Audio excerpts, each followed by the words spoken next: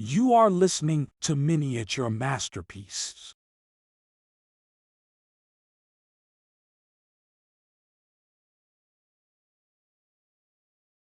Chapter 1. Professor and his family. In the city of Hamburg, in the year 1863, there lived a peculiar man named Professor Leidenbrock. He was a man of great knowledge, but also of great eccentricity, and was renowned throughout the city for his passion for geology. In fact, the professor was so passionate about the subject that he had dedicated his life to the study of the Earth's interior, and had amassed a vast collection of geological specimens from all over the world. The professor lived with his only nephew, a young man named Axel, who was his assistant and devoted companion. Axel was a man of great intelligence, but was often at odds with his uncle's stubbornness and single-mindedness. Despite their occasional disagreements, however, the two were very close and shared a deep bond. One day, while examining a newly acquired manuscript, the professor made a startling discovery, a coded message that, when deciphered, revealed the existence of a secret passage leading to the center of the Earth. The professor was thrilled by the possibility of such a discovery, and immediately set to work deciphering the code. Axel, on the other hand, was much less excited by the prospect of a perilous journey to the center of the Earth, and did his best to dissuade his uncle from embarking on such a dangerous expedition. But the professor was not to be deterred, and soon convinced Axel to accompany him on the journey. And so, the stage was set for an incredible adventure, as the professor and Axel prepared to journey to the very center of the Earth. Little did they know of the dangers that awaited them, or of the incredible discoveries that would be made along the way. But one thing was certain: their lives would never be the same again. Chapter 2. A mystery to be solved at any price. After discovering the coded message that hinted at the existence of a passage to the center of the Earth, Professor Leidenbrock was consumed with curiosity and determination. He spent many sleepless nights trying to decipher the message, poring over it with his nephew Axel, until finally they were able to crack the code. The message revealed the starting point of the passage, a secret passage hidden in an ancient runic inscription on a piece of rock from Iceland. The professor was thrilled at the discovery, but also knew that time was of the essence.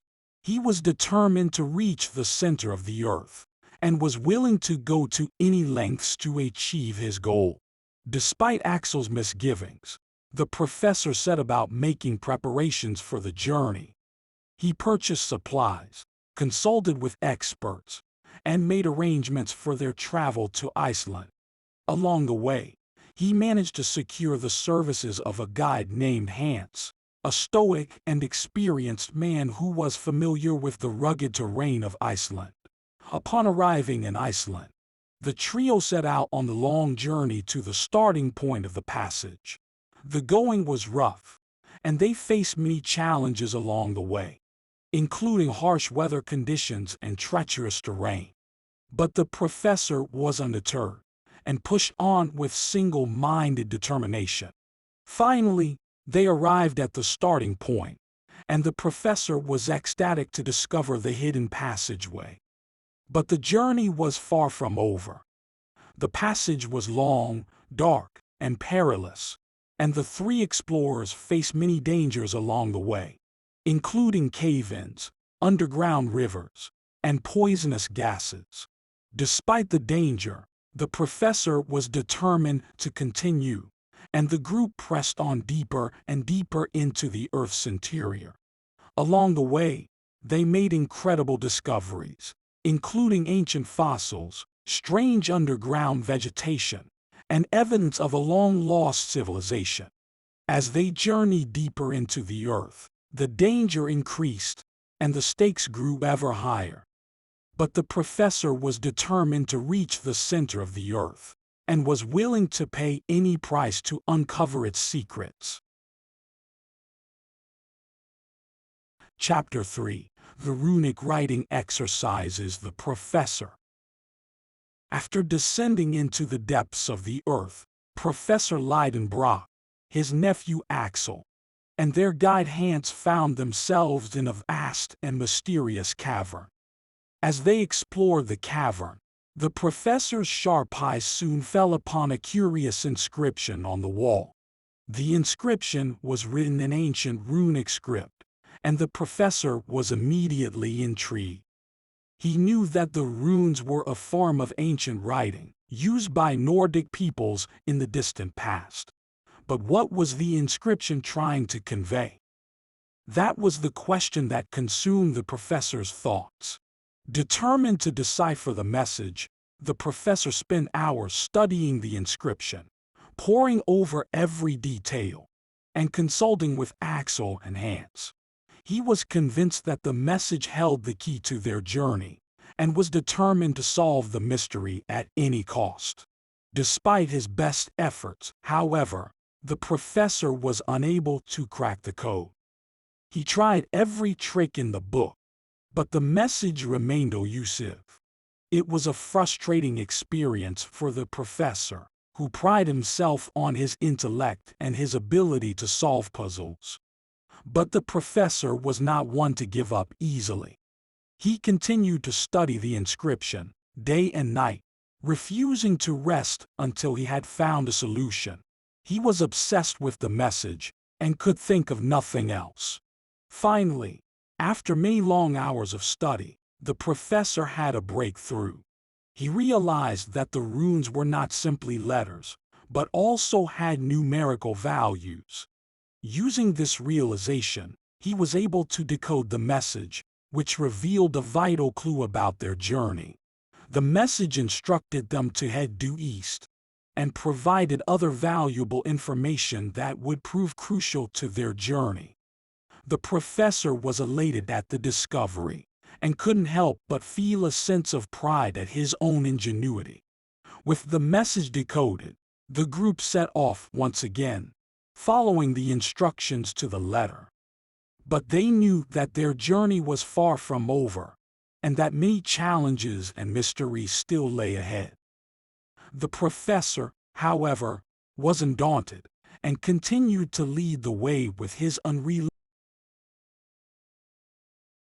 Chapter 4. The Enigma of the Document. As Professor Leidenbrock, his nephew Axel, and their guide Hans continued on their perilous journey to the center of the earth, they came across a curious document that would prove to be an enigma.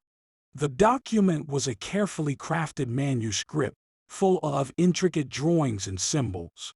It seemed to be a map of some kind, detailing the geography and terrain of the underground world.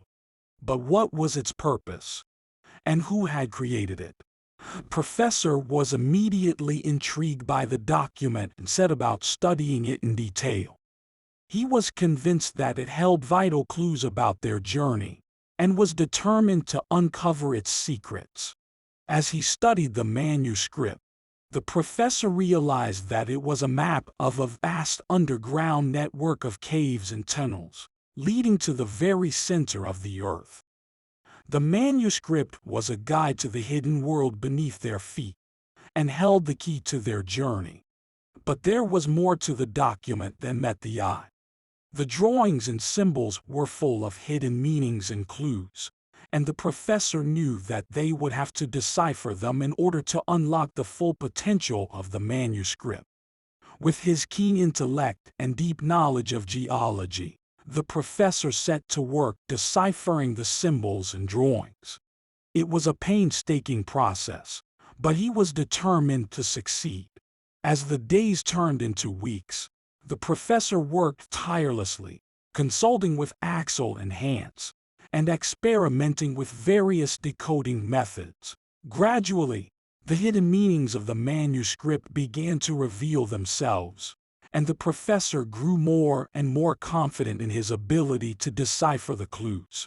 Finally, after many long hours of study, the professor was able to decode the manuscript in its entirety. The document revealed the location of a great underground sea and other vital information that would prove crucial to their journey. The discovery of the manuscript was a turning point in their journey, and the professor knew that they were now one step closer to their goal. With his unrelenting curiosity and determination, he continued to lead the way, confident that he could solve any mystery that lay ahead. Chapter 5: Conversation and Discovery. As Professor Leidenbrock, Axel, and Hans continued their journey through the subterranean world, they found themselves facing new challenges and making incredible discoveries at every turn. One day, as they were making their way through a narrow passageway, they came across a large boulder that seemed to be blocking their way. The professor immediately set about trying to find a way around the obstacle, but to no avail. They were stuck. As they sat there, contemplating their next move, Axel struck up a conversation with Hans. Despite the fact that they spoke different languages, Axel was able to communicate with Hans using a combination of gestures and simple words. As they chatted, Axel was struck by how much he had underestimated Hans. He had always thought of Hans as a simple guy, but as they talked, Axel began to see that Hans was much more than that. He was a skilled outdoorsman, with an encyclopedic knowledge of the subterranean world. As they talked, the group began to consider the possibility of finding a new route around the boulder. The professor was hesitant at first, but as he listened to the conversation, he began to see the potential in their plan. And so, they set about exploring the passageway, looking for a new route.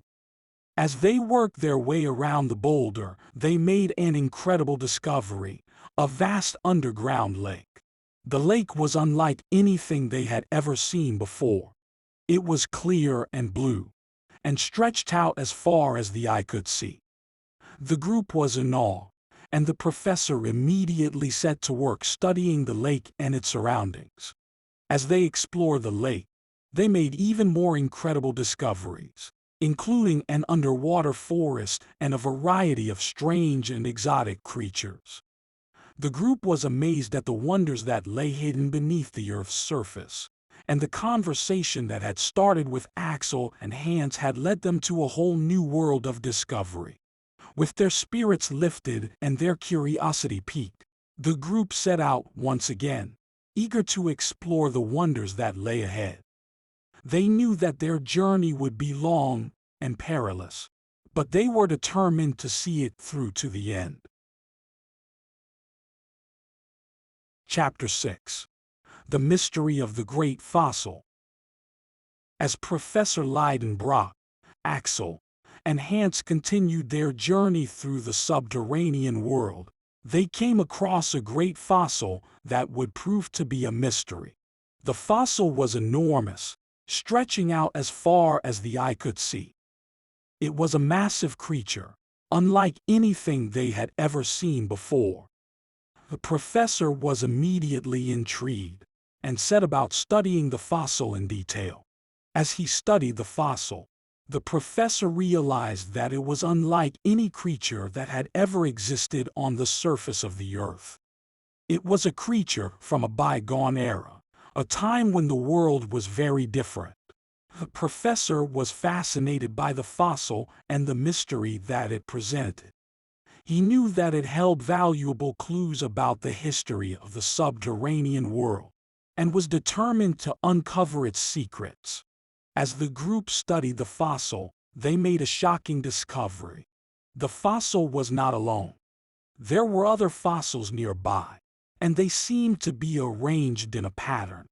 The group was amazed by the discovery, and the professor immediately set about trying to decipher the meaning behind the fossil arrangement.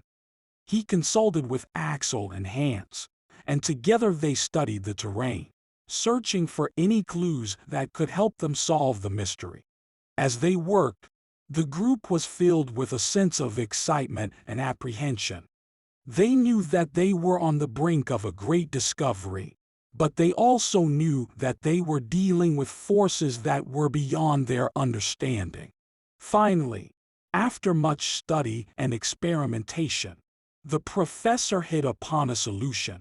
He proposed that they use the arrangement of the fossils to guide them on their journey. The fossil arrangement would be their map, leading them deeper into the subterranean world. Despite the danger, the group was eager to try the professor's plan.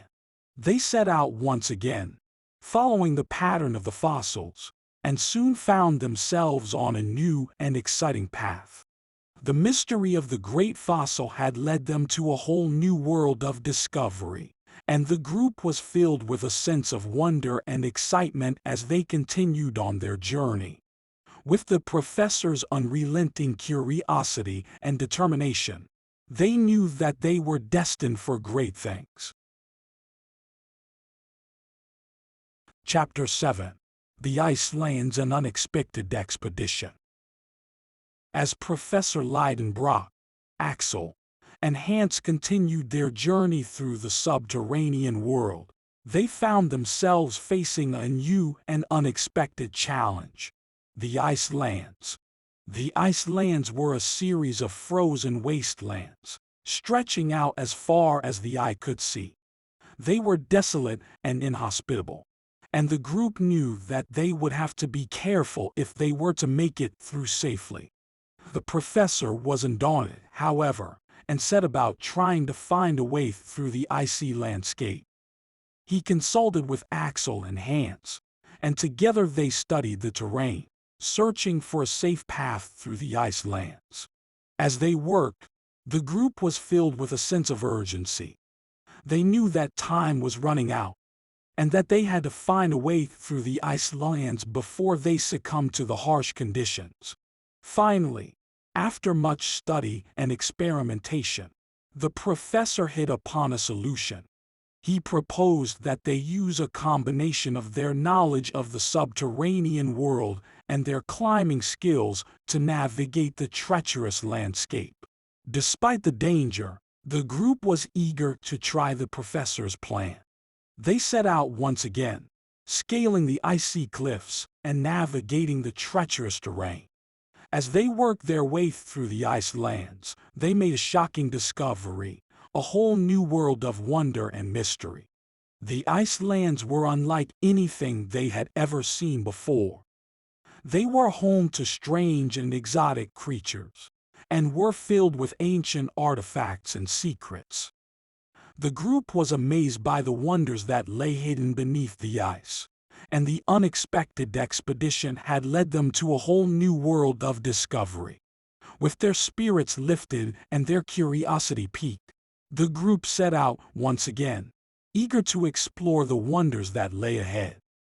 They knew that their journey would be long and perilous, but they were determined to see it through to the end.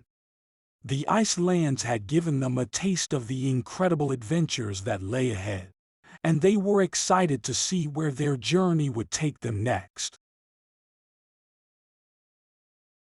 Chapter 8: Preparation for the Journey.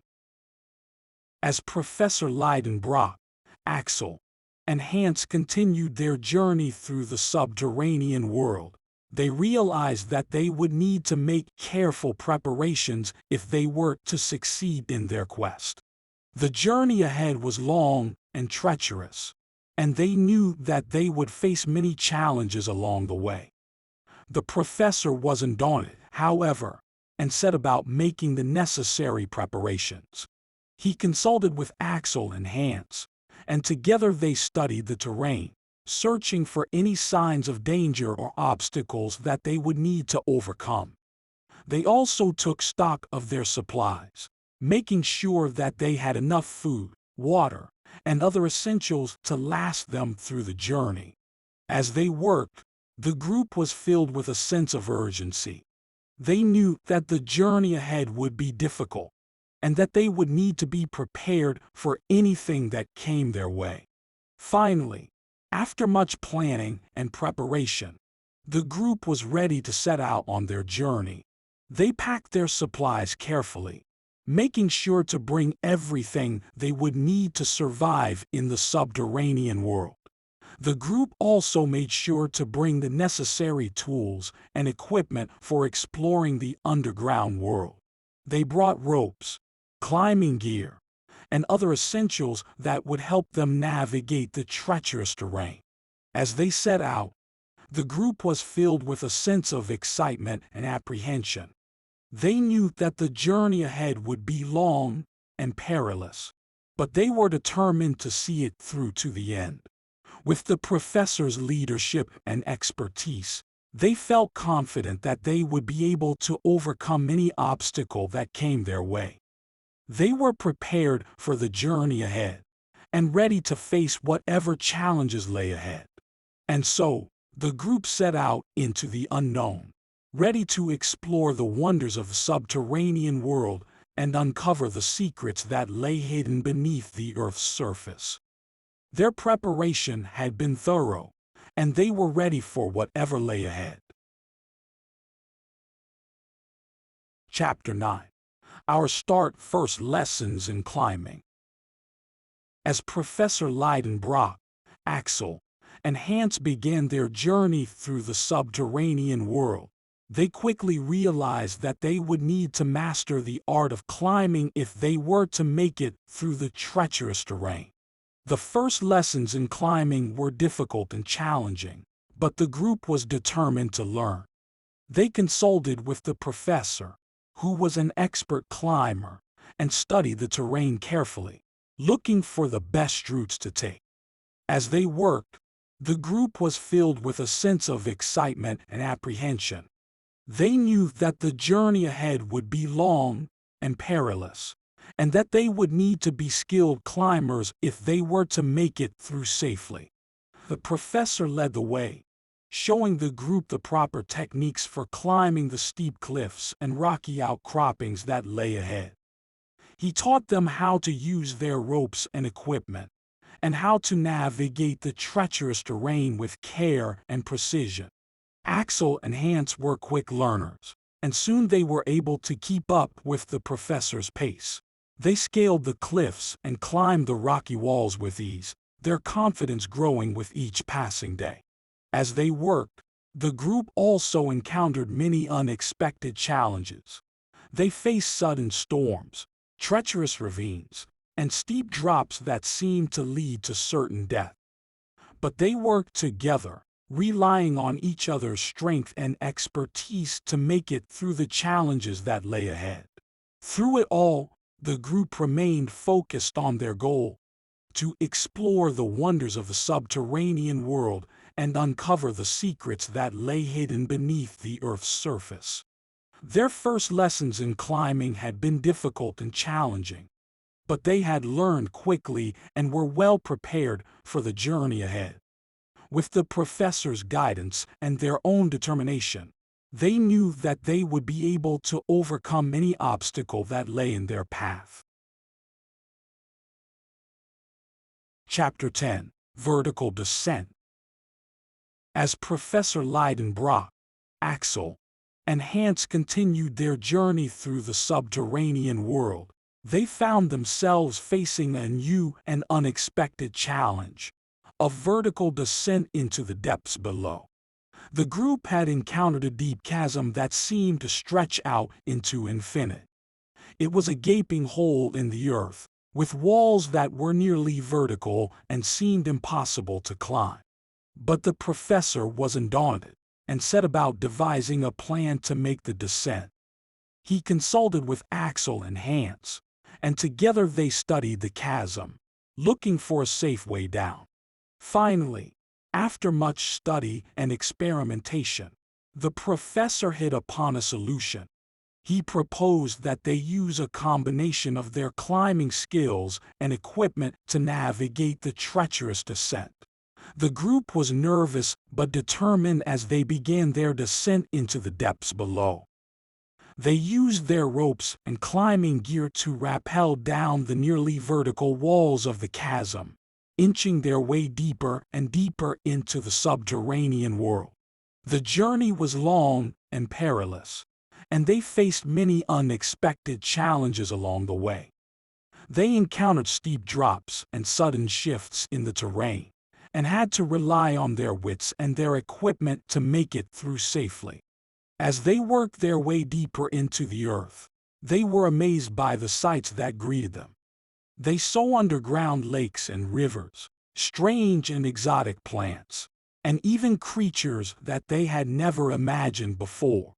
The group was filled with a sense of wonder and awe as they made their way deeper and deeper into the subterranean world. They knew that their journey would be long and treacherous, but they were determined to see it through to the end. With the professor's guidance and their own determination, they made their way deeper and deeper into the depths below, ready to face whatever challenges lay ahead. The vertical descent had been difficult and challenging, but they had overcome it with their skills and their determination. And now, they were ready to explore the wonders of the subterranean world that lay ahead. Chapter 11. The Travelers Halt. Subterranean Vegetation. As Professor Leidenbrock, Axel, and Hans continued their journey through the subterranean world, they found themselves in a strange and wondrous place, a vast underground garden filled with exotic and mysterious plants. The group had come to a halt, marveling at the sights that greeted them. The plants were unlike anything they had ever seen before, with strange shapes and colors that seemed almost otherworldly. The professor was fascinated by the vegetation and began to study it with great interest. He examined the plants closely, taking notes and making sketches in his journal. Axel and Hans were equally intrigued, and together they explored the garden, marveling at the strange and wondrous plants that surrounded them. As they worked their way through the garden, the group encountered many unexpected challenges. They had to navigate through dense thickets of thorny vines and avoid the poisonous spores that drifted through the air. But they were undaunted and pressed on with their exploration. They were filled with a sense of wonder and amazement, eager to learn all that they could about the subterranean world and the mysteries that it held. As they worked their way through the garden, they discovered many fascinating things. They found plants that could cure illnesses, plants that could provide food and shelter, and even plants that seemed to glow in the darkness. The group marveled at the diversity of life that existed in the subterranean world, and were filled with a sense of awe and reverence for the wonders of nature. Finally, after many hours of exploration, the group moved on from the underground garden, eager to continue their journey through the subterranean world. The Travelers' Halt had been a wondrous and enlightening experience, and they knew that they would carry the memories of the strange and exotic plants with them always. They had glimpsed a world that few had ever seen before, and they were determined to explore it to the fullest. Chapter 12. Geological Studies in Disastrous Conditions. As Professor Leidenbrock, Axel, and Hans continued their journey through the subterranean world, they found themselves facing a new and unexpected challenge, a treacherous terrain that tested their skills and their courage to the limit. The group had come to a series of caverns that seemed to stretch on endlessly, with walls that were slippery and uneven, and floors that were littered with treacherous obstacles. The professor was undaunted and set about making a detailed study of the geological formations that surrounded them. He examined the rocks and minerals closely, taking detailed notes and making sketches in his journal. Axel and Hans, meanwhile, struggled to navigate the treacherous terrain, They slipped and stumbled over the uneven ground, and had to use all of their skills and equipment to stay safe. As they worked their way through the caverns, the group encountered many unexpected challenges. They had to navigate through narrow crevices and avoid sudden drops, and even had to deal with a dangerous rock slide that threatened to crush them. Despite the dangers that surrounded them, the professor was determined to press on with his geological studies. He knew that the information he gathered could be invaluable to the scientific community, and he was willing to risk his own safety to obtain it. The group worked their way through the caverns, facing one challenge after another. They encountered deep pools of water that had to be crossed, and even had to deal with a sudden and unexpected earthquake that shook the very ground beneath their feet. Despite the many dangers that surrounded them, the group was filled with a sense of determination and purpose. They knew that their journey was important, and that the knowledge they gained could change the course of scientific history. Finally, after many hours of exploration, the group emerged from the treacherous caverns, battered and bruised but victorious. They had faced a daunting challenge and emerged victorious, and they knew that they were stronger and more resilient for it. The geological studies they had conducted in such disastrous conditions had yielded valuable insights into the workings of the subterranean world, and the group knew that they were one step closer to unraveling the mysteries of this strange and wondrous place. Chapter 13. Water Discovered. As Professor Leidenbrock, Axel, and Hans continued their journey through the subterranean world, they found themselves facing a new and unexpected challenge, a vast underground lake that seemed to stretch on endlessly in every direction. The group had been walking for hours through a series of caverns, with no wind in sight, when they heard the sound of rushing water echoing through the caverns. As they moved closer to the source of the sound, they found themselves standing at the edge of a vast underground lake, with water that stretched as far as the eye could see. The group was awestruck by the sight that greeted them, and the professor set about making a detailed study of the lake and its surroundings. He examined the water closely, taking detailed notes and making sketches in his journal. Axel and Hans, meanwhile, were fascinated by the strange and wondrous creatures that inhabited the lake. They saw fish that glowed in the dark, and even spotted what appeared to be a giant squid swimming just below the surface. As they worked their way along the edge of the lake, the group encountered many unexpected challenges. They had to navigate through treacherous currents and avoid underwater obstacles, and even had to deal with a sudden storm that threatened to capsize their small boat. Despite the many dangers that surrounded them, the group was filled with a sense of wonder and amazement. They knew that they had discovered something truly remarkable, and that the knowledge they gained could change the course of scientific history.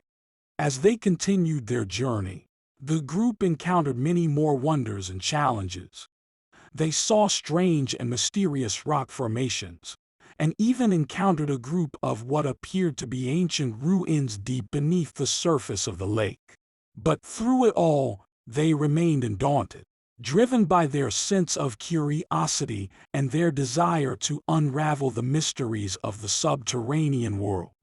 The discovery of the underground lake had been a turning point in their journey, and they knew that they were one step closer to reaching their goal of exploring the very center of the earth. Chapter 14. Well said, old mole. Can you work the earth? As Professor Leidenbrock, Axel, and Hans continued their journey through the subterranean world, they found themselves faced with a new and unexpected challenge, a seemingly impenetrable wall of rock that blocked their path. And deterred, The professor set about examining the wall, searching for any clues that might help them to proceed. He examined the rocks closely, tapping them with his hammer and listening intently to the echoes that reverberated through the caverns. Axel and Hans, meanwhile, watched in amazement as the professor worked. They had never seen anyone so knowledgeable about the workings of the earth, and they were filled with a sense of awe and admiration. Finally, after many hours of examination, the professor declared that he had found a way through the wall. He produced a small tool that he had brought with him on the journey, a tool that resembled a large screwdriver, and began to work it into a narrow crack in the rock. As he worked, he muttered to himself, "Well said, old mole. Can you work the earth? Yes, yes, my boy, the earth shall yield to us." Axel and Hans watched in amazement as the professor worked, turning the tool with practiced skill and slowly widening the crack in the rock. As he worked, a shower of sparks flew out from the rock, and the sound of grinding stone filled the air. At last, after what seemed like an eternity, the professor declared that the way was clear.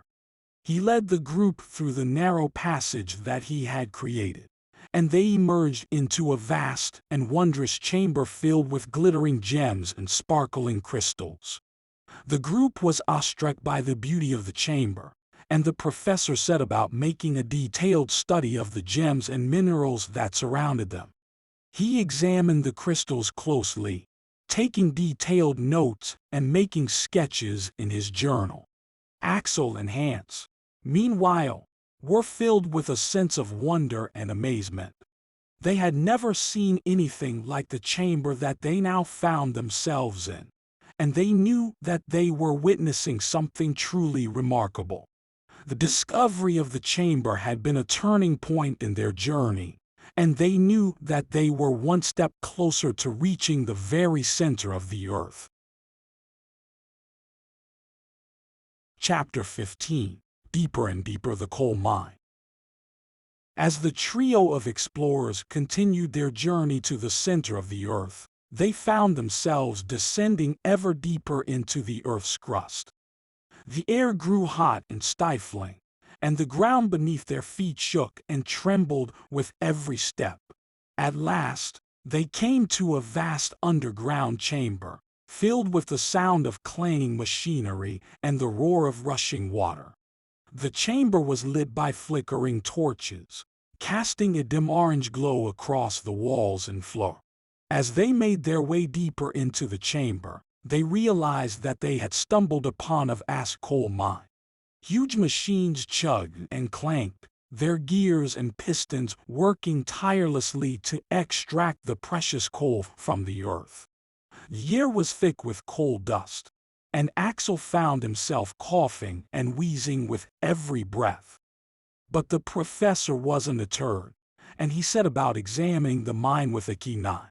For hours they wandered through the mine, studying the machinery and talking with the workers who toiled tirelessly to extract the coal from the earth. The workers were amazed to see the three explorers, and they peppered them with questions about their journey and the wonders that they had seen. As they explored the mine, the trio realized that they were following a trail of clues that had been left by the mysterious Arnsaknasem. They found strange symbols etched into the walls, and the professor studied them closely, piecing together the puzzle that had been left for them.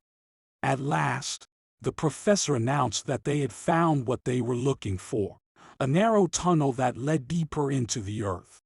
He led the way, followed closely by Axel and Hans, and they soon found themselves descending even deeper into the earth's crust.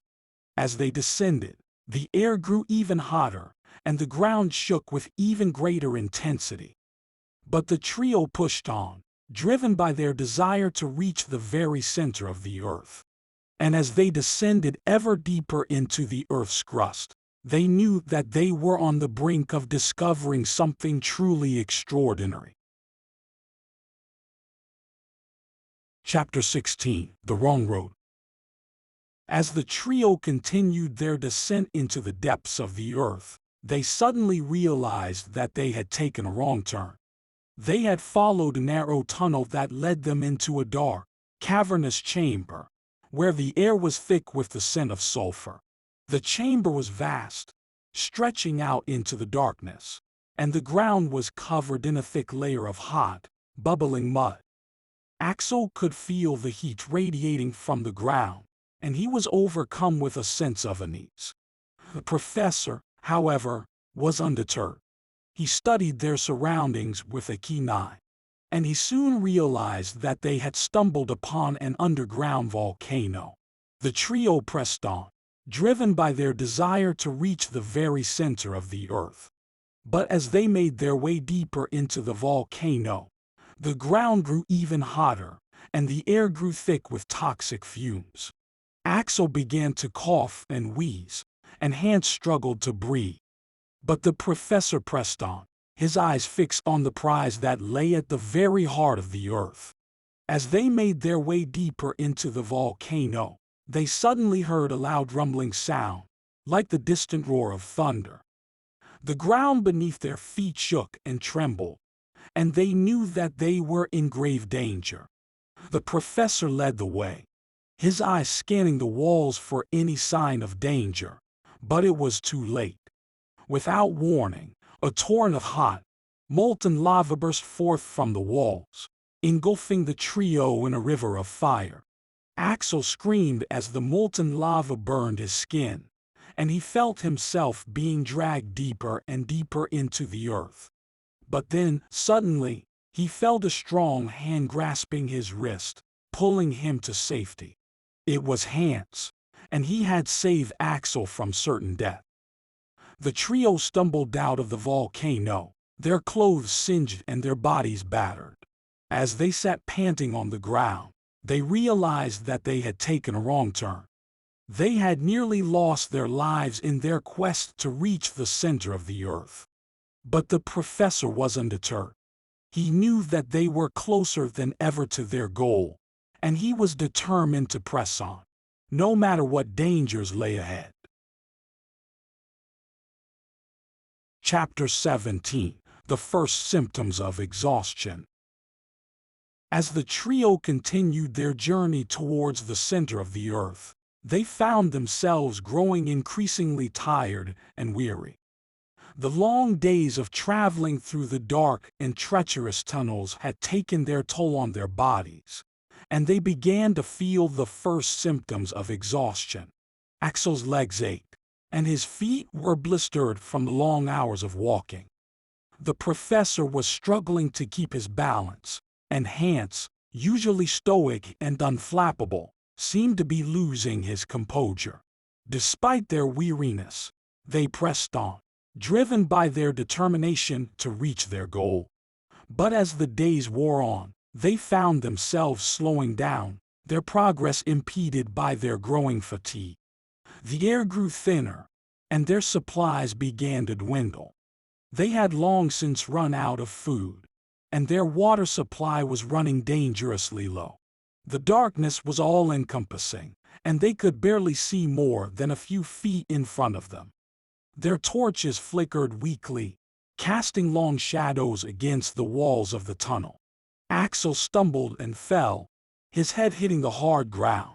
He felt himself slipping away, his consciousness fading as the darkness closed in around him.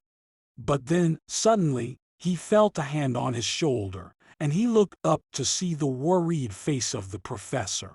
"Are you all right, my boy?" the professor asked, concern etched on his face. Axel nodded weakly, and the professor helped him to his feet. "We must keep going," the professor said. "We're closer than ever now." Hans nodded in agreement, and they pressed on, their steps faltering and uncertain. But then, suddenly, they saw a glimmer of light up ahead. It was the first sign of hope they had seen in days, and they quickened their pace, their exhaustion forgotten in their eagerness to reach the light. As they drew closer, They saw that the light was emanating from a small opening in the tunnel wall. They pushed aside the rocks blocking the opening and stepped out into the light. Before them lay a vast underground chamber, bathed in the light of a strange and wondrous spectacle. They were filled with wonder and amazement, and their fatigue was forgotten in the face of the magnificent sight that lay before them. Chapter 18. Signals from the Depths. The underground chamber that Axel, the professor, and Hans had discovered was like nothing they had ever seen before. It was vast, with towering walls of rock and strange formations that glimmered in the light. As they explored the chamber, they noticed strange markings on the walls, symbols that seemed to be communicating a message. The professor examined the markings closely, his eyes bright with excitement. "These are signals," he said. "Signals from the depths of the earth." Axel and Hans looked at each other in amazement. They had never heard of such a thing, and the very idea of signals coming from the depths of the earth seemed impossible. But the professor was convinced. He spent hours studying the markings, deciphering their meaning, and piecing together the message they conveyed. "It's a message from the ancient world," he said at last. "A message left behind by a civilization that existed long before our own." Axel and Hans listened in rapt attention as the professor explained his theories. They had come to trust the professor's judgment, and they knew that he would not make such claims lightly. But as they continued to explore the chamber, they began to feel a sense of unease. There was something strange and otherworldly about this place, something that made their skin crawl. And then, suddenly, they heard a sound, a faint and distant rumble that seemed to be coming from deep within the earth. The sound grew louder and more insistent, and the walls of the chamber began to shake and shudder. "We must leave this place," the professor shouted, his voice barely audible above the din. But it was too late. The ground beneath their feet began to split and crack, and they found themselves hurtling downwards, their bodies tumbling through the darkness. For what seemed like an eternity, they fell, their bodies battered and bruised by the rough walls of the tunnel. But then, suddenly, the ground grew soft, and they landed with a soft thud on a bed of moss. As they looked around, they saw that they had entered a strange and wondrous world, a world of strange and exotic plants and animals, a world that seemed to exist outside of time and space. And they knew that they had embarked on a journey that would take them deeper into the mysteries of the earth than they could have ever imagined. Chapter 19. A Desperate Attempt. As we journeyed deeper into the earth, our resources were becoming scarce. We had no more water, and our food supplies were almost depleted. The professor was determined to press on, despite our dwindling provisions, but I could see the desperation etched on his face. We had been climbing for hours, and I was beginning to feel the effects of the altitude. My head was throbbing, and my vision was blurred. But the professor's determination spurred me on, and I forced myself to keep going. Suddenly, the path ahead of us gave way, and we found ourselves on the edge of a deep chasm. It seemed impossible to cross, but the professor was not deterred. He began to examine the walls of the chasm, looking for any clues or signs that could help us cross. After several hours of examination, the professor discovered a narrow ledge on the opposite side of the chasm. It was barely wide enough to stand on, but it was our only hope. With great trepidation, the professor began to make his way across the ledge. I watched, heart in mouth, as he inched his way forward, one step at a time. The slightest mistake could send him hurtling to his death. Finally, he made it to the other side, and I breathed a sigh of relief. But our troubles were not over yet. I still had to cross the chasm, and I knew it would be a perilous journey. With the professor's guidance, I began to make my way across the narrow ledge. Every muscle in my body was tense, and my heart was pounding in my chest. I could feel the sweat on my palms as I clung to the rocky wall. At one point, I lost my footing and nearly fell, but the professor was quick to catch me. His steady hand and unwavering courage gave me the strength to keep going. Finally, after what felt like an eternity, I made it to the other side. We collapsed on the ground, exhausted but elated. We had made it across the chasm, and we were one step closer to our goal. But even as we celebrated our small victory, I couldn't help but wonder what other challenges lay ahead. The journey to the center of the earth was proving to be even more perilous than we had imagined, and I knew that only the strongest and bravest could hope to survive it. Chapter 20. Lost in the Bowels of the Earth. After a perilous journey, we find ourselves completely lost in the dark and winding tunnels of the earth. Our provisions are running low, and our spirits are dampened by the realization that we may never find our way out. Despite our dire situation, my nephew Axel remains optimistic, always keeping his head up and his eyes peeled for any signs of hope. On the other hand, our guide, Hans, remains stoic and reserved, a true professional in the face of adversity. As we wander through the labyrinthine passages, we encounter strange and wondrous sights. We come across underground lakes and rivers, vast chambers filled with strange and ancient machinery, and even creatures that we could never have imagined. But even as we marvel at the wonders of the subterranean world, our situation grows more and more desperate. Our food and water supplies dwindle, and the darkness and isolation weigh heavily on our minds. At one point, we even come across a fork in the tunnel, and we are forced to choose which path to take. I make the fateful decision to take the left fork, and we soon find ourselves in a treacherous underground pit, with no way out. It is in these darkest moments that I am reminded of the tenacity and resourcefulness of my companions. Together, we work tirelessly to find a way out of the pit, using our wits and our bare hands to dig and claw our way to freedom. As we finally emerge into the light of day, we are battered and bruised, but we are also filled with a renewed sense of hope and determination. We know that we still have a long way to go before we reach the surface, but we are now more determined than ever to press on. Our journey to the center of the earth has been full of perils and wonders, but through it all, we have learned to rely on one another, and to never give up in the face of the unknown. Chapter 21. The Soundings of the Unfathomable Gulf. As we continued our journey, I began to feel a sense of unease. The path we were following seemed to lead us into increasingly treacherous territory. It was as if we were descending into an abyss, with no hope of ever returning to the surface.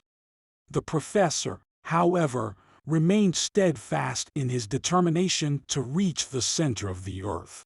One day, as we were exploring a deep and narrow ravine, we heard a strange sound echoing through the caverns. It was a deep, rumbling noise, which seemed to come from the very depths of the earth. At first, we thought it might be the sound of an earthquake, but the professor quickly dismissed this idea. Instead, he suggested that we might be approaching a vast, underground ocean. To test his theory, the professor produced a length of cord, which he proceeded to lower into the ravine.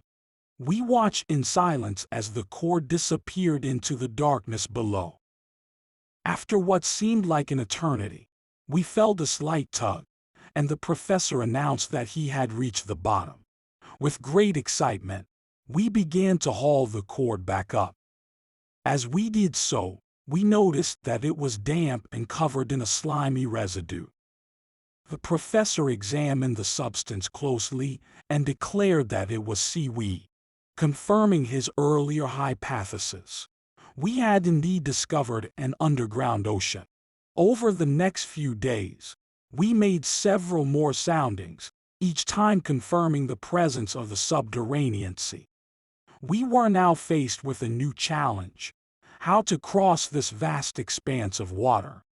The professor suggested that we construct a raft, using the timber we had gathered during our journey.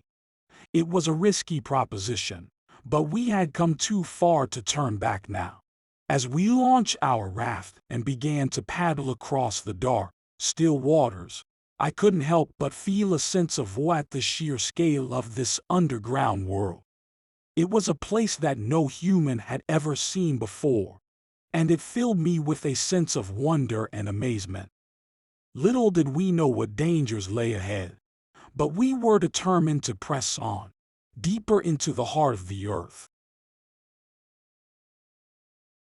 Chapter 22: The Battle of the Elements. As we continued our journey, we were met with an even greater challenge than the treacherous paths we had previously encountered: a fierce battle between the elements of earth and fire. The ground trembled beneath us as we advanced, and we could hear the ominous rumbling of the volcano growing louder by the minute. The professor, Axel, and I knew that we were in great danger, but we also knew that we could not turn back now. The stakes were too high, and we were determined to see our journey to its end, no matter the cost. As we pressed on, the battle between the elements grew more intense. Molten lava spewed from the volcano and flowed toward us, threatening to consume us in its fiery grip. We frantically searched for a way to avoid the deadly stream of magma, but it seemed as though there was no escape. Just when all seemed lost, a sudden gust of wind blew the fiery tide away from us, and we were able to continue on our way. But we knew that this was only a temporary respite. The battle between earth and fire would rage on, and we could never be certain when we might be caught in its path once again. Despite the danger, we continued to press forward, driven by a sense of adventure and a burning desire to discover the secrets that lay hidden deep within the earth. We knew that we were risking everything, but the thrill of the unknown was too great to resist. As we journeyed deeper into the earth, we were struck by the awesome power of the elements. We witnessed the devastating effects of earthquakes, felt the scorching heat of molten lava, and heard the deafening roar of thunder echoing through the caverns. But we also saw the incredible beauty that lay hidden beneath the surface of the earth: glittering gems, sparkling crystals, and delicate stalactites that shimmered in the dim light. We marveled at the wonders of the natural world and felt a sense of awe that we had never experienced before. As the battle between earth and fire continued to rage around us, we pressed on, driven by a fierce determination to reach our destination. We knew that the road ahead would be perilous, but we also knew that it would lead us to discoveries beyond our wildest dreams. Chapter 23: Final Collapse. The journey had been full of surprises and dangers, but this last collapse was the most terrifying experience so far. We were still in the tunnel, and suddenly the ground beneath us shook violently. Rocks and debris fell from above, blocking the way back. My uncle, Hans, and I stood in stunned silence for a moment, not knowing what to do. But the professor quickly regained his composure and ordered us to move forward, deeper into the unknown depths. The way ahead was narrow and dark, and the air was thick with dust and the smell of sulfur. We stumbled along, our footsteps echoing in the silence. It was hard to imagine how much deeper we could go, but we had no choice but to press on. As we moved forward, the tunnel seemed to twist and turn, almost as if it were alive. We were walking through a labyrinth of stone and earth, with no idea where we were going. I began to feel a sense of panic rising within me, but my uncle's firm voice kept me going. At last, we reached what appeared to be the end of the tunnel. We emerged into a vast cavern, lit by a strange blue light that seemed to come from the walls themselves. It was breathtakingly beautiful, but the beauty was short-lived. The ground shook again, even more violently than before. The rocks around us trembled and cracked, and we realized with horror that the cavern was collapsing around us. My uncle shouted for us to run, but it was too late. The ground beneath our feet gave way, and we were swallowed up by the darkness. I lost consciousness for a moment, but when I came to, I was lying on the ground, bruised and battered but alive. I called out for my uncle and Hans, but there was no answer. I stumbled through the darkness, my heart pounding in my chest. I had no idea where I was or what had happened to my companions. All I knew was that I had to keep moving forward, toward the unknown depths of the earth. Chapter 24. The Central Sea. After days of travel and exploration, we finally arrived at a vast expanse of water, which I immediately recognized as the Great Central Sea of the Earth's interior. The sea was surrounded by a rocky shore, and we could see a towering peak rising in the distance. As we approached the shore, we noticed that the water was crystal clear and teeming with strange and wondrous creatures.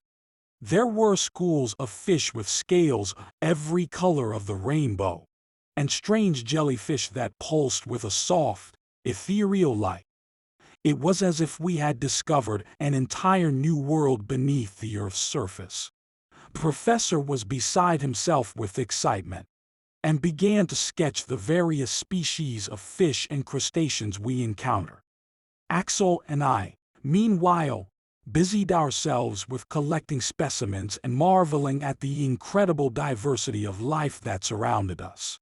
As we made our way along the shore, we came across a strange sight: a group of men dressed in strange, antique clothing, who were busily constructing a vessel of some kind.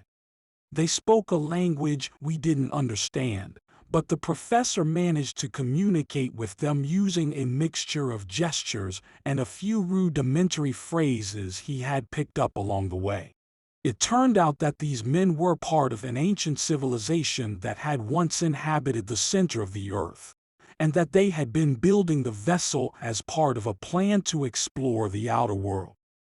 The professor was fascinated by their culture and eagerly engaged them in conversation, while Axel and I continued our explorations of the sea. As the day wore on, we grew increasingly tired and decided to make camp for the night. We set up our tent on a patch of dry ground near the shore and cooked a hearty meal of fish over an open fire. As we ate, we marveled at the wonders we had seen and speculated about what lay ahead. Despite the excitement of the day, we were all exhausted, and we quickly retired to our tents. As I lay there in the darkness, listening to the soft lapping of the waves against the shore, I felt a sense of awe and wonder at the incredible journey we had undertaken. I knew that there were still many dangers and obstacles ahead, but I also knew that nothing could dampen the spirit of adventure that burned within us. Chapter 25. Launching the Raft. The time had finally come for our journey to continue on the waters of the Subterranean Sea. With the help of Hans and his endless resourcefulness, We were able to fashion our raft out of the trunks of trees that we had gathered in the forest. It was a crude but sturdy vessel, and we were confident it would serve us well. We gathered our supplies and equipment and made ready to embark on our voyage. As we pushed off from the shore, I could feel a sense of excitement and anticipation building within me. The unknown lay before us, and I could not help but wonder what wonders and dangers awaited us on the open sea. We sailed for several hours, the only sound the gentle lapping of the waves against our raft. The walls of the cavern loomed high above us, and the darkness seemed to stretch out endlessly in all directions. Our progress was slow but steady, and we were able to cover a considerable distance before we stopped to make camp for the night. We secured our raft to the rocky shore and set about making a fire and preparing our evening meal. As we did tea, we discussed our plans for the days ahead. The professor was eager to continue our exploration, and Axel and I were more than willing to follow his lead. We drifted off to sleep with the sound of the water and the crackling of the fire as our lullaby, safe in the knowledge that we were on the right path. The following day, we set out once again, eager to see what lay beyond the horizon. The sea was calm, and our progress was good. We saw many strange and wondrous sights along the way, from luminous fish that swam in the depths to great underwater caverns filled with eerie phosphorescent light. As the day wore on, we began to feel the effects of the constant motion of the raft, and our limbs grew weary from the effort of paddling. We knew we had to find a safe place to rest soon. Just as we were about to give up hope, we spied a rocky outcropping ahead that seemed to offer a safe haven. We made for it with renewed vigor, and soon we were safely moored, ready to rest and recover from our exertion. We had made good progress on our journey, but we knew that the dangers and challenges that lay ahead would be many. We rested for the night, secure in the knowledge that we had made it this far, and that we were ready to face whatever lay ahead. Chapter 26. On the Waters, a Raft Voyage. We finally embarked on the waters and began our raft voyage, leaving behind the dreadful chaos of the land. Our raft was constructed from the trunks of trees, and we had to handle it with great care in order to keep it from tipping over. The journey on the raft was a peaceful and quiet one, as we glided along the dark, subterranean river. As we progressed, we could see strange forms of life in the water, such as crustaceans and mollusks, some of which were entirely unknown to science. My uncle, always the scientist, was eager to collect some specimens for further study. We also noticed that the temperature of the water increased gradually, indicating that we were getting closer to the center of the Earth. We were pleasantly surprised to see some vegetation growing on the banks of the river, consisting of ferns, mosses, and some flowering plants. We could also see some insects buzzing around the plants, and small fish swimming in the water. It was a sight that we had never seen before, and we were all amazed by the diversity of life in this hidden world.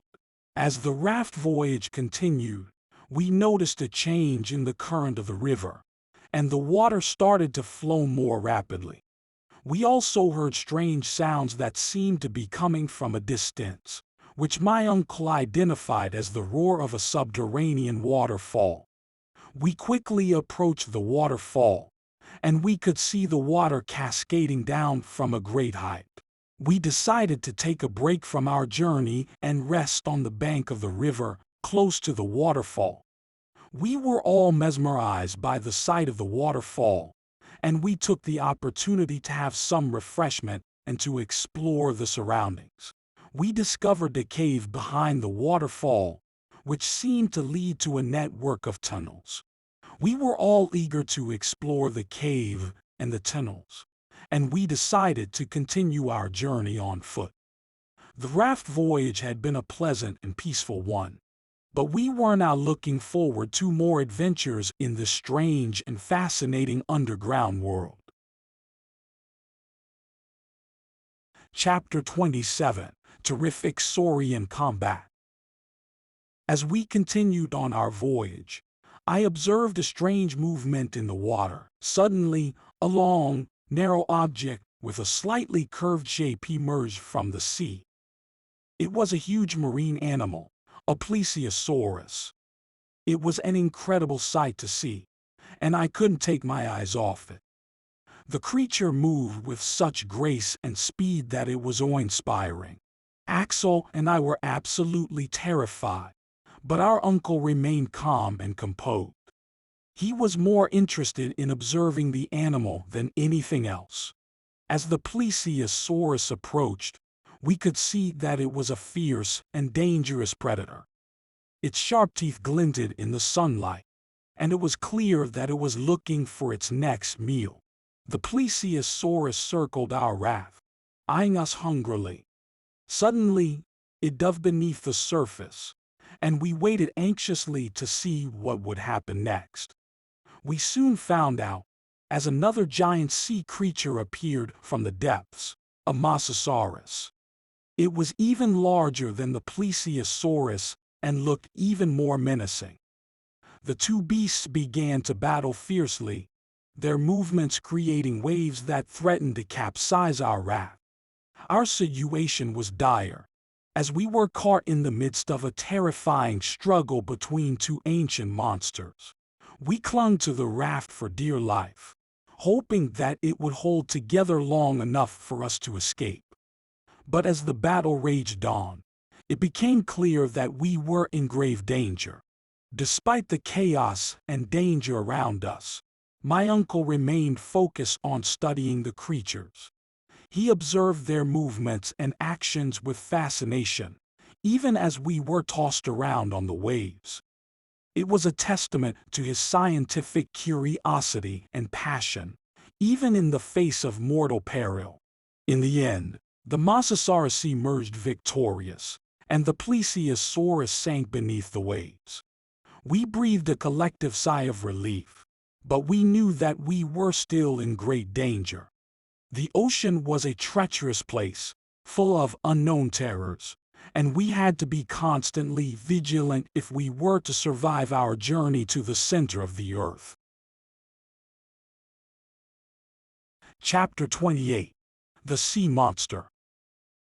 After weeks of traveling on the raft, we encountered a colossal creature, which I could not identify. It was as big as an island, and its shape was indescribable. Its size was so enormous that we could not comprehend it. My uncle believed it was a monster from the depths of the sea, and I agreed with him. The creature seemed to be sleeping, and it was clear that we should avoid disturbing. However, we were not so lucky. Hans was navigating the raft, and he lost control of it, causing us to collide with the creature. Suddenly, the monster woke up, and we found ourselves in a life-or-death situation. We were petrified, but Hans's quick thinking saved us. He cut the rope that connected us to the raft, and we drifted away from the creature. The monster started to move, and we realized that it was a giant reptile. We were amazed and horrified at the same time. The reptile attacked the raft, and we had to defend ourselves with harpoons. We fought for hours, and we were all exhausted. It was a fierce battle, and we were lucky to survive. Eventually, the reptile retreated, and we were left with a battered and torn raft. However, we were grateful to be alive. My uncle was in awe of the creature, and he wished that he could have studied it further. I was just happy to have survived. As we continued our journey, we encountered many more wonders, but none as terrifying as the sea monster. It was a reminder of the dangers that we faced on this incredible journey to the center of the earth. Chapter 29. The Battle of the Elements. I woke up in complete darkness, confused and disoriented. I could feel the ground shaking violently beneath me, as if an earthquake was underway. Suddenly, a blinding flash of light illuminated the darkness, followed by a deafening clap of thunder. It was a storm, unlike any I had ever experienced. I could hear Professor Leidenbrock and Hans shouting to each other, but their voices were drowned out by the roaring thunder. Water was pouring into our chamber, and we were in grave danger. We struggled to keep our raft from being swept away by the rising water. As the storm raged on, I noticed a strange phenomenon. The electric charges in the air caused the metallic objects in our possession to emit strange sounds, almost like music. The professor explained that this was the result of a natural phenomenon known as St. Elmo's fire. Despite our fear and the chaos around us, we couldn't help but be awestruck by the incredible spectacle of the storm. We watched as the lightning illuminated the underground sea, casting an eerie glow on the towering walls around us. But as quickly as it had begun, the storm subsided, and we were left in a state of shock and exhaustion. We had survived the battle of the elements, but at what cost? Our provisions were soaked, and our raft was badly damaged. We spent the next few days making repairs and drying out our supplies. We explored our surroundings, marveling at the strange and exotic flora and fauna that surrounded us. We even encountered some terrifying prehistoric creatures, which we managed to fend off with our guns. As we continued our journey, we couldn't help but feel a sense of wonder and excitement at the new discoveries we were making. We were pioneers, blazing a trail into the unknown depths of the earth. But with each passing day, our situation grew more perilous. Our supplies were dwindling, and the path ahead seemed to grow more treacherous with each step.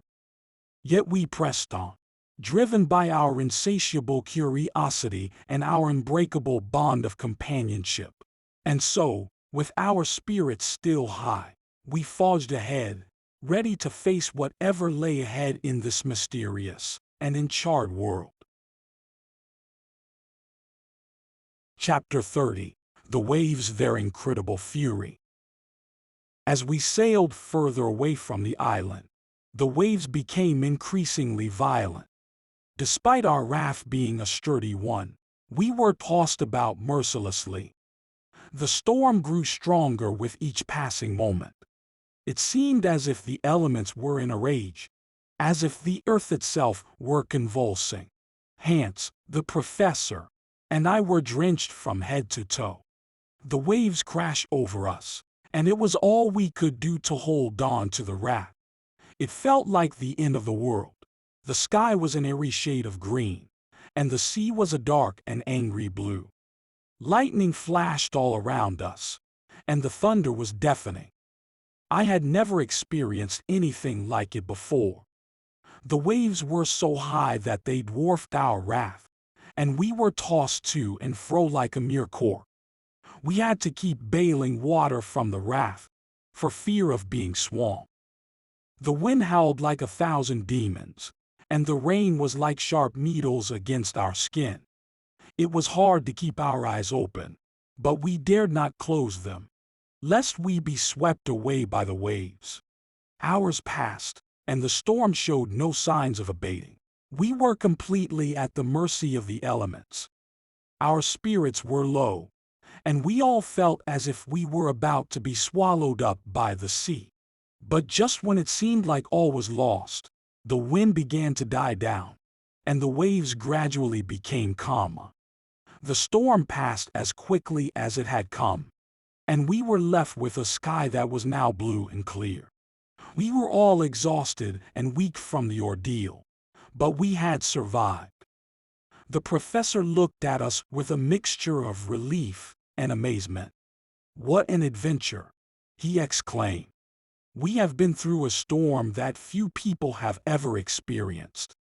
But we are still alive, and we will continue on our journey to the center of the earth. With those words, we felt a renewed sense of purpose.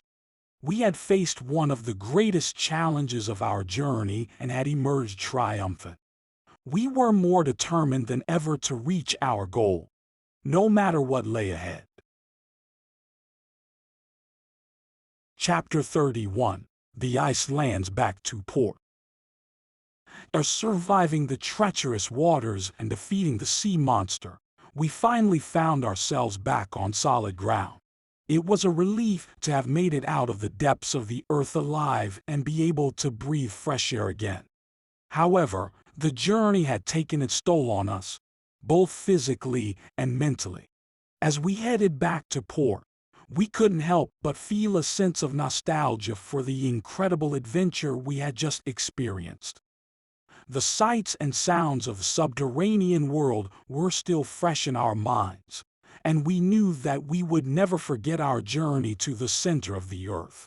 Back in Reykjavik, we were greeted with cheers and congratulations from our fellow travelers and the townspeople.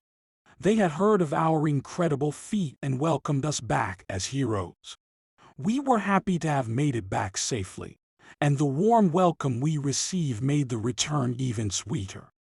Our journey had not only been an incredible adventure but also a scientific discovery. We had witnessed things that had never been seen before, and our findings would forever change the way people looked at the world beneath their feet.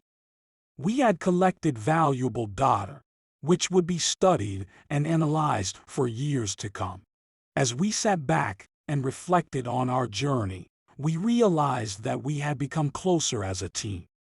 Our experiences together had forged a bond that would never be broken. We knew that our journey had not only been an adventure but also a test of our character and endurance. In the end, we had learned more about ourselves and the world around us than we ever thought possible. And though we were glad to be back on the surface, a part of us would always yearn for the mysteries of the Earth's core. Chapter 32. The Return Journey. Our time in the depths of the earth has come to an end. With our mission accomplished, we prepared to make the long journey back to the surface. It was a daunting task, fraught with danger and uncertainty, but we were determined to see it through. We began our ascent with heavy hearts, bidding farewell to the wondrous sights and sounds of the subterranean world. We retraced our steps, passing once more through the treacherous tunnels and caverns that had been our home for so long. Despite our weariness and the many obstacles we faced, our spirits were lifted by the thought of returning to the world above. We looked forward to the warmth of the sun and the embrace of our loved ones. Yet our journey was not without its perils. We encountered many hazards on the way back, including deep pits, raging underground rivers, and treacherous rock formations. But with skill and perseverance, we overcame them all. At times, it seemed as though we would never make it back to the surface. But our determination never wavered, and we pressed on, driven by the knowledge that our ultimate goal lay just beyond the next turn in the tunnel. Finally, after what seemed like an eternity, we emerged from the darkness and into the light of day. We were greeted by the sweet smell of fresh air and the chirping of birds. Our journey to the center of the earth had come to an end. But it was a journey that would stay with us for the rest of our lives. We had witnessed wonders beyond our wildest dreams, and we had emerged stronger and wiser for the experience. As we made our way back to civilization, we knew that we would always carry with us the memories of our incredible adventure. And we knew, too, that we had proven to ourselves and the world that nothing is impossible if one has the courage and the determination to pursue it. Chapter 33. Hospitality Under the Earth. After the unfortunate turn of events in the previous chapter, we found ourselves in a dire situation. Lost in the depths of the earth, we were struggling to find our way back to the surface. However, we were soon to receive some much-needed assistance from an unexpected source. As we wandered aimlessly through the caverns, we suddenly stumbled upon a group of people who live under the earth. They welcomed us warmly and showed us great hospitality, providing us with food and shelter. We were amazed to find a whole community living in these subterranean caverns, with their own customs and way of life. They had built their homes and infrastructure using the resources available to them in the underground world. We spent several days with these hospitable people, learning about their culture and way of life. We were fascinated by their advanced knowledge of geology and their ability to navigate the labyrinthine caverns with ease. Despite the kindness of our hosts, we knew we had to continue our journey and find a way back to the surface. With their help, we set out once again, but not before expressing our gratitude for their generosity. As we journeyed deeper into the earth, we couldn't help but reflect on the hospitality we had received from the underground community. It was a stark reminder that even in the most unexpected places, there are people willing to show kindness and compassion to strangers in need. Although our journey had taken us through many trials and tribulations, we were heartened by the knowledge that even in the darkest depths of the earth, there is still hope and humanity. Chapter 34. Mare Internum. After our adventures in the Bay of Hanscroy, we continued on our journey through the bowels of the earth. As we advanced, we encountered a vast expanse of water, which my uncle named the Mare Internum. The sight of this underground sea was breathtaking, and we marveled at its immensity. We could see nothing but the water stretching out before us, and the sound of the waves filled our ears. As we approached the shore, we noticed that the water was rising, and we hurried to secure our raft. We made camp on the shore, but our rest was soon interrupted by the discovery of a strange, phosphorescent light emanating from the water. It was an eerie sight, and we wondered what could be causing it. The next morning, we set out to explore the Mare Internum. We discovered that the sea was home to a variety of marine creatures, including fish, crabs, and mollusks. We even saw some sea serpents, which my uncle identified as plesiosaurs. It was a thrilling sight, and we spent hours observing them from the safety of our raft. As we traveled further, we encountered a series of islands, which my uncle named after some of the great explorers of history. We explored these islands, but found little of interest, aside from some unusual rock formations and a few strange plants. Despite the lack of excitement, our journey through the Mare Internum was not without danger. The sea was prone to sudden storms, and we had to be constantly on guard against the waves. We also had to contend with the creatures of the sea, some of which were aggressive and posed a threat to our safety. Despite the challenges, we persevered, and after several weeks of exploration, we finally emerged from the Mare Internum. Our journey had been long and arduous, but it had also been filled with wonder and excitement. We had seen sights that few had ever witnessed before, and we had overcome challenges that would have daunted lesser men. Our journey to the center of the earth was nearing its end, but our memories of it would last a lifetime. Chapter 35. Preparations for a Voyage of Discovery. After our return from the subterranean world, we began preparations for a new voyage of discovery. My uncle was determined to explore further and uncover the secrets of the inner world.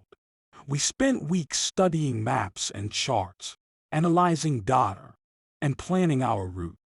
Our journey would take us to the base of the old volcano, where we would start our descent into the earth once more. Our supplies were carefully selected and packed, including provisions, tools, and equipment. We also brought along a new Mare Internum, a kind of boat made specifically for subterranean navigation. With everything in order, we set out on the first stage of our journey. The ascent of the volcano was challenging, but we were well prepared, and our climbing skills had greatly improved since our first attempt. As we reached the top, we gazed out over the landscape, marveling at the beauty of the surrounding scenery. But our attention quickly returned to the task at hand as we began our descent into the depths once more. The darkness was greater than ever, but we had learned from our previous journey and were well equipped to navigate the unfamiliar terrain. We encountered strange creatures, underground rivers, and hidden caverns, all the while collecting valuable geological data and samples. As we continued deeper and deeper, we discovered a new aspect of the inner world, one that we had not anticipated. Our journey took us off the fabled route and into uncharted territory, but we persevered, determined to uncover the mysteries that lay ahead. Finally, after weeks of subterranean exploration, we reached the end of our journey. We had discovered new wonders, collected valuable data, and expanded our understanding of the inner world. But as we made our way back to the surface, we knew that our thirst for discovery and adventure would never be fully quenched. Chapter 36. First stage, we reach the base of the old volcano. We were relieved to reach the base of the volcano after enduring the chaos of the previous chapter's events. Professor Leidenbrock's constant desire to continue the expedition has brought us to this point. After making our way through the underground channels, we finally emerged in a vast cavern that led us to the volcano's base. Our arrival was greeted with an eerie stillness. The cavern was enormous, and its walls were coated in a layer of black, hardened lava. It was as if the entire area had been frozen in time, with no signs of life or movement. The professor immediately set about his work, taking measurements, examining the rock formations, and taking notes in his journal. As we continued our descent into the volcano, we encountered strange and wondrous sights. We were surrounded by a plethora of mineral deposits, including sulfur and copper, and it was a sight to behold. The walls and floors of the cavern were glittering with precious stones, and we found ourselves filled with wonder and amazement. We continued on our journey, deeper and deeper into the volcano, and it became apparent that we were getting closer to our destination. The professor's excitement grew with each step, and he began to speak in hushed tones about the wonders that lay ahead. After many hours of travel, we finally reached the heart of the volcano. It was a breathtaking sight. The crater was immense, and it was filled with a boiling lake of molten lava. The heat was intense, and the air was thick with the acrid smell of sulfur. We were all struck with awe and amazement at the incredible sight before us. It was as if we had been transported to another world, a world of fire and molten rock. Our journey to the center of the earth had brought us to this incredible place, and we all knew that we were witnessing something truly remarkable. We knew that our adventure was far from over, and we were filled with excitement and anticipation for what lay ahead. Chapter 37. Our voyage continues. We deviate from the fabled route. Our journey beneath the earth continued, and we found ourselves deviating from the fabled route that we had originally planned. Our progress was slow, but we remained determined to push forward and uncover the mysteries of the subterranean world. As we traveled deeper into the earth, the darkness became more pronounced. The only light came from the torches that we carried, and the glow of the lava that flowed beneath us. We were constantly on the lookout for any signs of danger, but we continued to press on. The landscape around us was unlike anything we had ever seen before. The rocks and walls of the caverns were lined with various minerals and crystals, and we marveled at the beauty of the underground world. Despite our excitement, our journey was not without its challenges. We encountered steep drops and treacherous paths that required careful navigation. At times, we had to improvise and find new routes around obstacles that blocked our way. As we journeyed further, we began to realize that we were not alone. Strange sounds echoed through the caverns, and we caught glimpses of creatures that we could not identify. We soon discovered that some of these creatures were not friendly, and we had to be on our guard at all times. Despite these challenges, we were determined to continue our voyage of discovery. We knew that there were still many secrets to uncover in this hidden world, and we were eager to explore every inch of it. As we pressed on, we could not help but wonder what other surprises awaited us. The journey had already been full of unexpected twists and turns, and we were sure that there were still many more to come. But we were prepared for anything, and we knew that no matter what lay ahead, we were ready to face it head-on. Chapter 38. The Eastern Tunnel. Our journey continued, and after passing through several winding tunnels, we arrived at a vast cavern filled with dazzling white light. We were awestruck by the beauty of the subterranean world, which seemed almost otherworldly in its splendor. As we explored this new region, we discovered a long tunnel leading to the east. This tunnel seemed to have been formed by a recent eruption, and it was filled with a hot and sulfurous air that made it difficult to breathe. Nevertheless, we were determined to continue our journey and to uncover the secrets of this mysterious underground realm. The going was tough, and we encountered many obstacles along the way. The tunnel was narrow and winding, and we had to crawl on our hands and knees at times to make progress. The heat was oppressive, and the walls of the tunnel were slippery and treacherous. As we pressed on, we noticed that the air was becoming increasingly thin, and that our lamps were beginning to flicker. We knew that we had to find a way out of this tunnel soon, or we would be trapped in this suffocating environment forever. At last, after what seemed like an eternity, we emerged from the tunnel into a vast chamber that was unlike anything we had seen before. The walls were adorned with intricate carvings and paintings that depicted scenes from a long-forgotten civilization.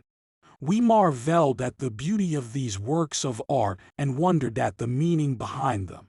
As we explored this new chamber, we discovered a small pool of water that glowed with an airy blue light. We approached the pool cautiously, unsure of what we might find, but as we drew closer, we realized that it was filled with luminous fish that darted and danced in the water. We stood transfixed, watching these strange creatures as they swam through the glowing waters, and we felt a sense of wonder and awe at the marvels that lay hidden beneath the earth's surface. We knew that there was still much to explore and discover in this mysterious and enchanting world, and we felt a sense of excitement and anticipation as we prepared to continue our journey. Chapter 39. Deeper and deeper, the darkness greater than ever. As we continued our journey through the depths of the earth, the darkness became more profound. It was so intense that it almost became a tangible presence. Our eyes could barely adjust to the faintest glimmer of light, and we were forced to rely on our other senses to navigate. The path we took seemed to lead us down into an abyss, with the walls on either side closing in on us.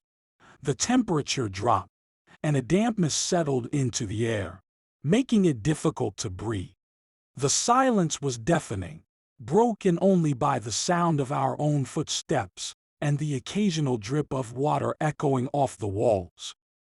It was as if we had entered a world devoid of life and sound. The only solace we found was in the occasional sight of strange rock formations and mineral deposits, which we examined with great curiosity. The professor was particularly intrigued by the geological anomalies, and we often stopped to study them in detail. Despite the harsh conditions, we pressed on, our determination fueled by the desire to uncover the mysteries of the underground world. Our progress was slow and methodical, but we were making headway. However, as we ventured deeper, our sense of direction became distorted, and we found ourselves retracing our steps, unsure of which way to turn. It was disorienting, and we began to doubt our ability to find our way out of the labyrinthine tunnels. As we struggled to find our way, a sense of dread crept over us. We were lost, deep in the heart of the earth, with no way to communicate with the outside world. Our only hope was to rely on our own ingenuity and resourcefulness to find a way out. Despite the uncertainty of our situation, the thrill of adventure still burned within us. We knew that our journey was far from over, and that there were still many wonders waiting to be discovered in the depths of the earth. Chapter 40. A New Aspect of the Island. As our journey continued, we saw a new aspect of the island that we had not yet encountered. The landscape before us was both beautiful and terrifying. There were vast plains and hills of white ashes that stretched as far as the eye could see. The ground was hot to the touch, and a constant haze filled the air, making it difficult to see far ahead. Despite the harsh conditions, we pressed on, driven by our curiosity and the desire to explore this new terrain. We soon came upon a strange sight, a river of fire flowing through the ash plains. The molten lava flowed slowly, illuminating the landscape with an eerie red glow. It was a breathtaking sight, but also a dangerous one. We knew that we had to be careful if we were to navigate this new area safely. As we journeyed on, we discovered that the lava river cut a deep canyon through the ash plains. The walls of the canyon were steep and treacherous, making our descent even more challenging. We had to rely on our climbing skills to make our way down, careful not to slip or lose our footing. As we descended, we noticed that the temperature grew increasingly hotter. Our clothes stuck to our skin, and our water supply dwindled rapidly. We knew that we had to move quickly if we were to avoid dehydration and heat exhaustion. After what felt like hours of climbing, we finally reached the bottom of the canyon. We were relieved to find a small oasis of sorts, a lush patch of greenery that offered some respite from the scorching heat. The vegetation was unlike anything we had seen before, and we marveled at the strange and exotic plants that surrounded us. We took a much-needed break, replenishing our water supplies and taking stock of our surroundings.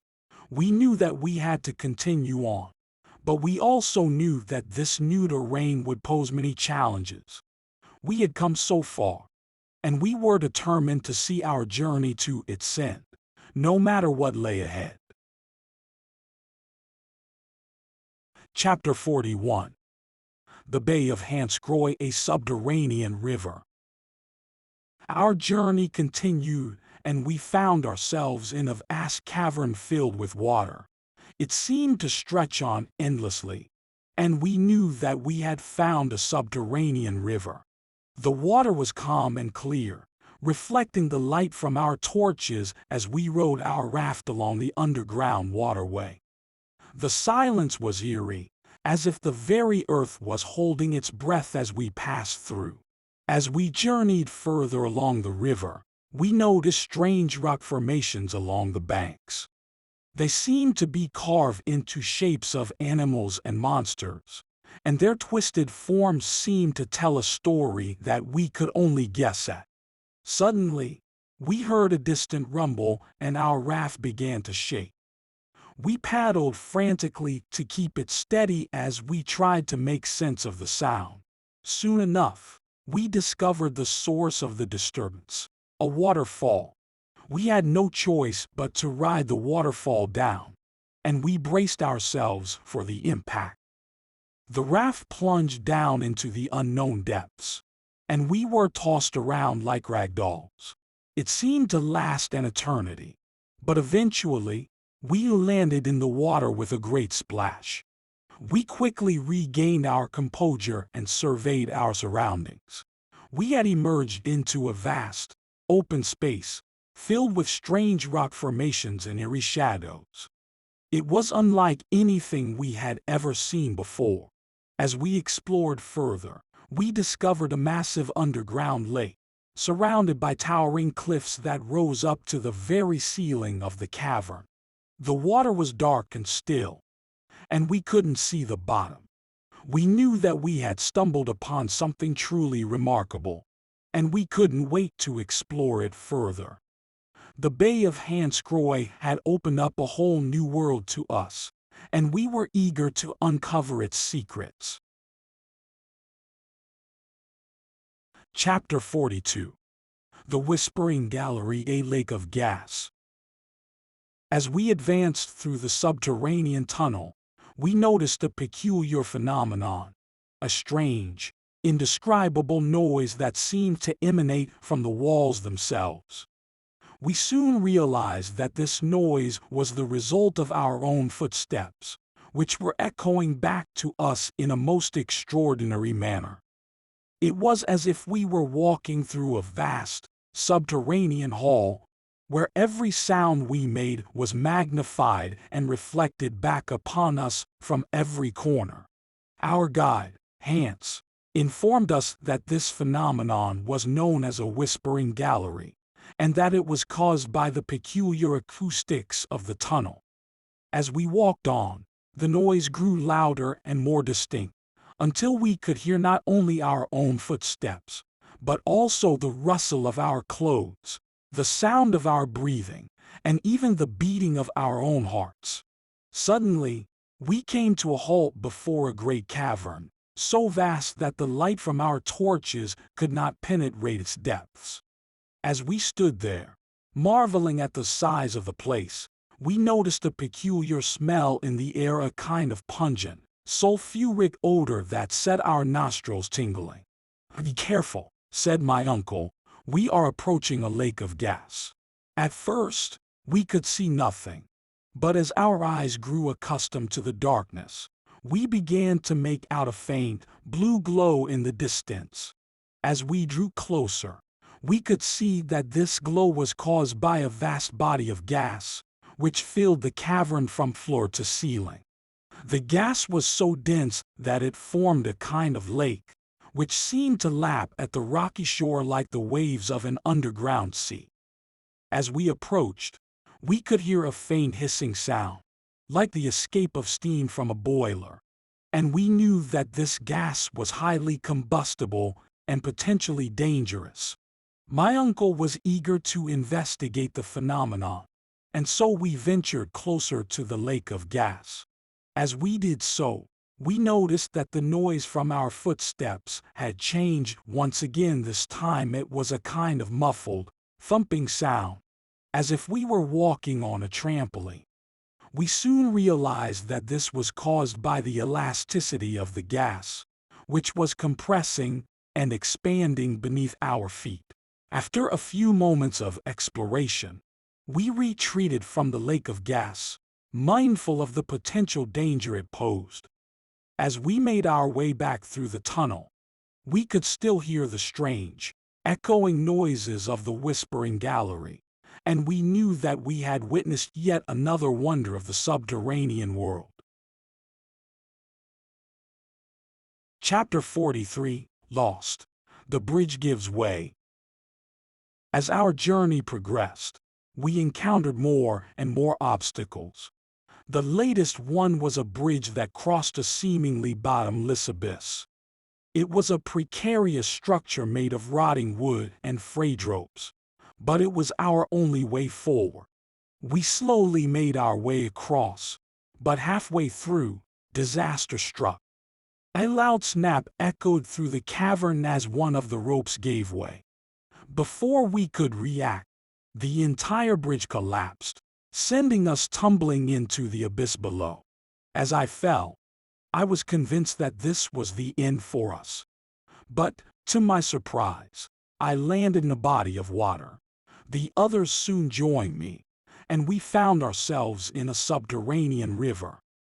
We had survived, but we were lost, separated from our guide and supplies. We tried to retrace our steps, but the darkness made it impossible to navigate. We were completely disoriented and didn't know which way to turn. We decided to take a break, hoping that we could regain our bearings. It was then that we heard a strange sound, like a muffled voice. At first, we thought it was our imagination, but the sound grew louder and more distinct. We followed the noise, and it led us to a large underground chamber. As we entered the chamber, we saw something that left us speechless.